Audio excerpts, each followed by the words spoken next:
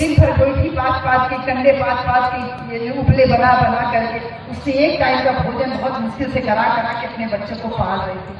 बाबा साहब विदेश से पढ़ के आते हैं, डॉक्टर की डिग्री लेके आते हैं, बड़ौदा के महाराज के यहाँ नौकरी कर लेते हैं। माता रमाबाई खुश होती है कि मेरा पति नौकरी करने गया है, अब मेरे बच्चों को 2 टाइम का कम से कम भरपेट भोजन मिलेगा। उनको इस बात की लालसा नहीं थी कि मेरा पति मेरे लिए गहना कपड़ा खरीदेगा, इसलिए खुश थी कि मेरे पति मेरे बच्चों को कम से कम अब 2 टाइम का भोजन कर पाएंगे। लेकिन नौकरी में गए तो जाति कभी पीछे नहीं छूटती न बहन जी, जाति कभी पीछे नहीं छूटती। चपरासी पानी नहीं देता था, फाइल ऐसे दूर से फेंक के बाबा साहब को देता। इतना विदेश से डिग्री लेके आने के बाद भी छुआछूत बाबा साहब के साथ खत्म नहीं हुआ। बाबा साहब नौकरी से इस्तीफा दे करके घर आ जाते हैं, कहते हैं रमा मुझसे ये बर्दाश्त नहीं हुआ कि मैं इतना पढ़ा लिखा होकर के भी मेरे साथ इतना अपमान किया जाता है, मैंने नौकरी से इस्तीफा दे दिया। बोलो रमा मैंने ठीक किया ना?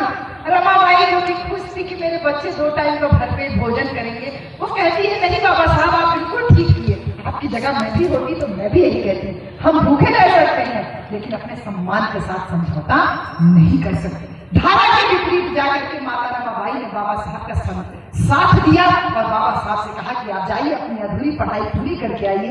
बाबा साहब को दोबारा विदेश भेज देती है और यहाँ वैसे ही अपने बच्चों को उपले बना करके अपने बच्चों को पालती है। और फिर बाबा साहब का एक बच्चा और खत्म हो जाता है, लेकिन शिकायत नहीं करती। लौट के बाबा साहब विदेश से आते हैं, बैरिस्टर का डिग्री लेके आते हैं, लॉ का डिग्री लेके आते हैं, वकील हो जाते हैं मुंबई के कोर्ट में। ऐसे ही शाम का समय था, बाबा साहब का चौथा बच्चा बीमार पड़ा था। माता रमाबाई की बात कर रही है, रमाबाई ने संदेशा भिजवाया बाबा साहब को कि जाके कह दीजिए कि बच्चा बीमार है, कुछ सुई दवाई कर जाए, जैसे 3 बच्चे मर गए कहीं चौथा न मर जाए।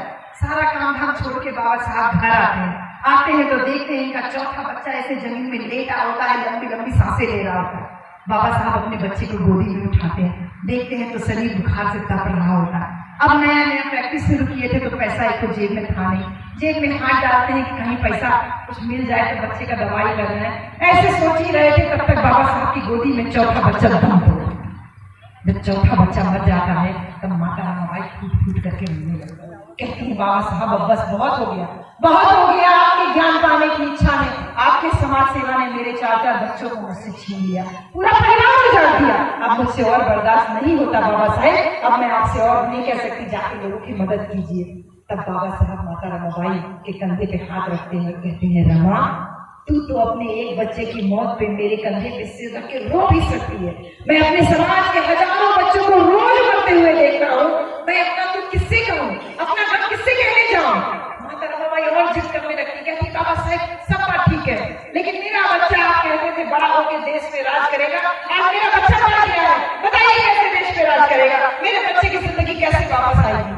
तो बच्चे को बाबा साहब गोदी में लिए होते हैं, नीचे उठा के जमीन पे रख देते हैं और माता रमाबाई को साहस बनाते हुए कहते हैं रमा ये बात ठीक है कि मैं कहता था कि मेरा बेटा राजरत्न बड़ा होकर देश पे राज करेगा, लेकिन भले ही आज हमारा बच्चा हमारे बीच में नहीं है तो क्या, हमको छोड़ के चला गया है तो क्या, लेकिन मैं अपने मरे हुए बच्चे के शरीर को छू के कसम खाता हूँ कि मैं ऐसा काम करके जाऊंगा कि देश की हर रमा की कोख से पैदा हुआ हर राजरत्न इस देश पे राज करेगा। और बाबा साहब ने अपना किया हुआ वादा निभाया कि नहीं निभाया? माता रमाबाई अपने बच्चे के मृत्यु पे इतना रोती है, लेकिन बाबा साहब के शब्दों से उनको साहस मिलता है और कहती है कि ठीक है बाबा साहब, जो आपने प्रतिज्ञा की है कि मेरे समाज के जो बाकी बच्चे हैं वो कभी इस तरीके से भूखे नहीं मरने चाहिए, बिना इलाज के नहीं मरने चाहिए, इतना अभाव में उनका जीवन नहीं होना चाहिए, जो आपने प्रतिज्ञा ली उस प्रतिज्ञा को आप पूरा कीजिए। बच्चे को अंतिम संस्कार के लिए जब पड़ोसी लोग लेके जाते हैं तो बाबा साहब फूट करके रोने लगते हैं। अभी तक वो रमाबाई को साहस बढ़ा रहे थे, लेकिन अब बाबा साहब रोने लगते हैं। सारे लोग सोचते हैं कि बेटा मर गया है इसलिए डॉक्टर अम्बेडकर रो रहे हैं, लेकिन रमाबाई समझ जाती है कि मेरा पति क्यों रो रहा है। बस अपनी साड़ी पहनी होती है, फटी हुई साड़ी होती है, साड़ी का आंचल फाड़ते हैं, बच्चे की लाश पे कफन डालते हैं और कफन डाल के बच्चे को अंतिम संस्कार के लिए लेके जाते हैं।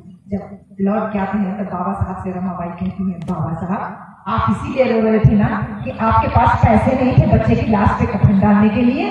तो बाबा साहब कहते हैं हाँ रमा, मैं इसलिए रो रहा था कि आज मेरे पास मेरे बच्चे की लाश को डालने के लिए कफन का पैसा नहीं है, लेकिन मैं इसलिए ज्यादा रो रहा था कि जिन लोगों के लिए, जिस समाज के लिए मैं इतना त्याग कर रहा हूँ, इतना संघर्ष कर रहा हूँ, क्या मेरे जाने के बाद मेरे समाज के लोग इसका मोल समझेंगे कि इसको भुला देंगे, ये सोच करके मैं ज्यादा रो रहा था। तो रमाबाई अब बाबा साहब को कहती है, नहीं बाबा साहब समझेंगे समझेंगे, आप परेशान मत होइए, अपने रास्ते से कभी पीछे मत हटिएगा, जो आपने काम ठाना है उस काम को आप आगे बढ़ाते जाइए। मैं आपसे पूछती हूँ, आज माता रमाबाई की जयंती मनाने के लिए अगर हम लोग यहाँ पर इकट्ठा हुए, तो जो प्रॉमिस माता रमाबाई ने बाबा साहब से किया था, बाबा साहब ने रमाबाई से किया था, क्या आप और हम आज उस प्रॉमिस को याद रख पाए हैं? याद रख नहीं पाए हैं। याद रखा है केवल भाई लाल प्रताप यादव जी ने, जिन्होंने आज हम लोग को देखिए बच्चे की लाश के कफन का पैसा नहीं जुटा पाए, लेकिन हम लोग आज हमारे घर में कोई मरता है, चाहे छोट बड़ी मरे मरे, चाहे आदमी मरे, औरत मरे, 1 घंटा 2 घंटा तो रोते हैं, उसके बाद क्या शुरू होता है, कहिया काज होगी, कहिया भोज किया हो जाए। लेकिन मैं धन्यवाद करती हूँ हमारे भाई लाल प्रताप यादव जी का, कि जिन्होंने बाबा साहब के असली संतान होने का केवल दावा किया, बल्कि इसको सत्य के रूप में गांव-गांव पहुंचा रहे हैं और कह रहे हैं कि तुम लोग जो अपने जीते जी माँ बाप को 1 गिलास पानी नहीं दे पाते हो, बहन जी शहर का मकान बना लेंगे, यही जौनपुर में होगा, यहाँ गाँव है और जौनपुर यूनिवर्सिटी में नौकरी करते होंगे तो यूनिवर्सिटी के पास जमीन लेके वहां मकान बनवा लेंगे, गाँव में घूम के आते। तो ये कि जो गांव जीते जी अपने माँ बाप को 1 गिलास पानी नहीं पिला पाते, वो लोग मरने के बाद 1000 रुपया, 5000 रुपया, 10,000 रुपया, 50,000 रुपया, लाख रुपया का मृत्यु भोज खिलाते हैं, पूरी खिलाते हैं, कचौड़ी खिलाते हैं, गुलगुला खिलाते हैं, तमाम भोज खिलाते हैं। और खाने के बाद गाँव के लोग क्या कहते हैं, ए हो पूरी कोट बनोगा, ए हो खीर में नमक ना पता चला, ये हो सब्जी में इतना मिर्च रहा कि निकल गया, यहाँ हमारी माई ज्यादा मर गई है, सब्जी पूरी में नमक अच्छी और तेल पूरी कम है, यही तो हो रहा है। उस खाने को खिलाने से कोई फायदा हो तब तो खाइए। लाल प्रताप जी ने इस बात को समझा और गाँव-गाँव घूम करके मृत्यु भोज बहिष्कार का प्रतिज्ञा आपको दिला रहे हैं। मेरे भाइयों, जितनी जल्दी अपने महापुरुषों के रास्ते पे पहुंच जाओगे, उतनी जल्दी ही हमारे आपके महान होने का रास्ता चल जाएगा। हम और आपके महान होने का मतलब कि हमारी अगली पीढ़ी तक उस संघर्ष का बीज पहुंच जाएगा। ये माता रमाबाई अपने बच्चों की परवाह नहीं किए, बाबा साहब अपने बच्चों की परवाह नहीं किए, उन्होंने हमारी मुक्ति का रास्ता दिया। वो समझ गए कि इतना बड़ा संविधान लिखा, लेकिन फिर भी उनको क्या कहा जाता है, दलितों के मसीहा डॉक्टर भीमराव अम्बेडकर, चमारों के नेता डॉक्टर भीमराव अम्बेडकर। यही हमारे पिछड़ी जाति में और बाकी जातियों में कह दिया गया कि ये नीच लोगों के देवता है, नीच लोगों के ये बस भला किए हैं, बाकी किसी का भला नहीं किए। बाबा साहब इस बात को समझ गए और इसीलिए उन्होंने कहा कि मैं हिंदू पैदा हुआ, ये मेरे बस की बात नहीं, मैं हिंदू मरूंगा नहीं, ये मेरे बस की बात है। कितना बड़ा तेज लिया होगा बाबा साहब ने अपने दिल में जब उन्होंने इतनी बड़ी बात कही कि मैं हिंदू पैदा हुआ, मेरे बस की बात नहीं, मेरे बस की बात नहीं थी, क्योंकि समाज का ताना बाना ऐसा था, ऊंच नीच की व्यवस्था ऐसी थी। लेकिन आज मैं पढ़ लिख गया हूं तो मैं हिंदू मरूंगा नहीं। और ये बात बाबा साहब ने कहा कि 14 अक्टूबर 1956 को हम सब लोगों को भगवान बुद्ध की शरण में लेके गए, क्योंकि बुद्ध धर्म की यही पहचान, मानव मानव एक समान। ये बाबा साहब हमारे लिए करके गए, लेकिन हमें समझ में नहीं आया। आज हमारे अखिलेश भैया जी जब मुख्यमंत्री बनते हैं तो ये लोग क्या बोलते हैं, तथाकथित ऊंची जाति के लोग, अहिरन के तो बुद्धि है ना होगा, ये का राज बोलते हैं कि नहीं, अहिरन के तो बुद्धि घुटना बोले, ये क्या बोलते थे, राम नरेश यादव आकर जाओ, जाके अपनी भैंस चराओ। ऐसे ऐसे बातें मुख्यमंत्री के लिए बोली गई। राम नरेश यादव जी जिस समय उत्तर प्रदेश के मुख्यमंत्री बने थे, कुछ लोगों ने ये नारा दिया, राम नरेश यादव वापस जाओ, जाके अपनी भैंस चराओ। मुख्यमंत्री होते हुए मुख्यमंत्री के लिए कहा जा रहा है कि जाओ भैंस चराओ। अखिलेश भैया मुख्यमंत्री हुए तो इन लोगों ने क्या किया, अखिलेश जी जिस दिन मुख्यमंत्री का पद छोड़े, बड़ा गड़ा था, गंगा जल मंगा के बनारस से उनका घर धुआया गया कि नहीं धुआया गया, मुख्यमंत्री आवास को लखनऊ धुआया गया, और केवल गंगा जल ही नहीं धुआया गया, बनारस से ब्राह्मण को बुला के पंचकर्म बोलते हैं, गाय का दूध, दही, घी, गोबर, अपन क्या क्या मिला के उससे पवित्र किया गया, मंत्र पढ़ करके, धूप अगरबत्ती जला के। यानी कि हमारे अखिलेश भैया मुख्यमंत्री के पद से रहते उस आवास में रहे तो वो आवास अपवित्र हो गया। बहन जी मुख्यमंत्री बनी तो क्या बोला गया, चमैया बैठ गई, इसलिए मैं बोला जा रहा है, इसलिए बोला आज भी बोला। अभी जब पिछला चुनाव हुआ था गठबंधन वाला 2019 का, प्रसाद प्रताप जी, मैं खुद प्रत्यक्ष गवाह हूँ इस बात की कि बनारस का हमारा वोट है। बनारस की गलियों में तथाकथित नेता घूम रहे थे, स्पेशली यादव और पिछड़ी जाति की बस्तियों में पैर छू रहे थे और कह रहे थे काकी हो चमैया के प्रधानमंत्री बनेंगे, चमैया राजा बनी तो हम लोग नीच हो जाए, धर्म खतरे में ना होई ना भैया, धर्म खतरे में ना होना चाहिए, चमैया प्रधानमंत्री ना बनाए तो का करेंगे बहनी काकी ए पे वोट दिया जाए, ए पे वोट दे दो तो चमैया प्रधानमंत्री बन जाए। कितना खतरा है इस विचारधारा से, कितना खतरा था हमारे बाबा साहब की विचारधारा से, लेकिन हमने बाबा साहब की बात नहीं मानी। बहन जी प्रधान को, बहन जी मुख्यमंत्री बनी, बोले चमैया जो है बैठ गई है, बहन जी प्रधानमंत्री का दावेदार बनी, बोले चमैया प्रधानमंत्री बनी। हमारे समझ में नहीं आया, बाबा साहब वर्षों पहले समझ में आ गया था।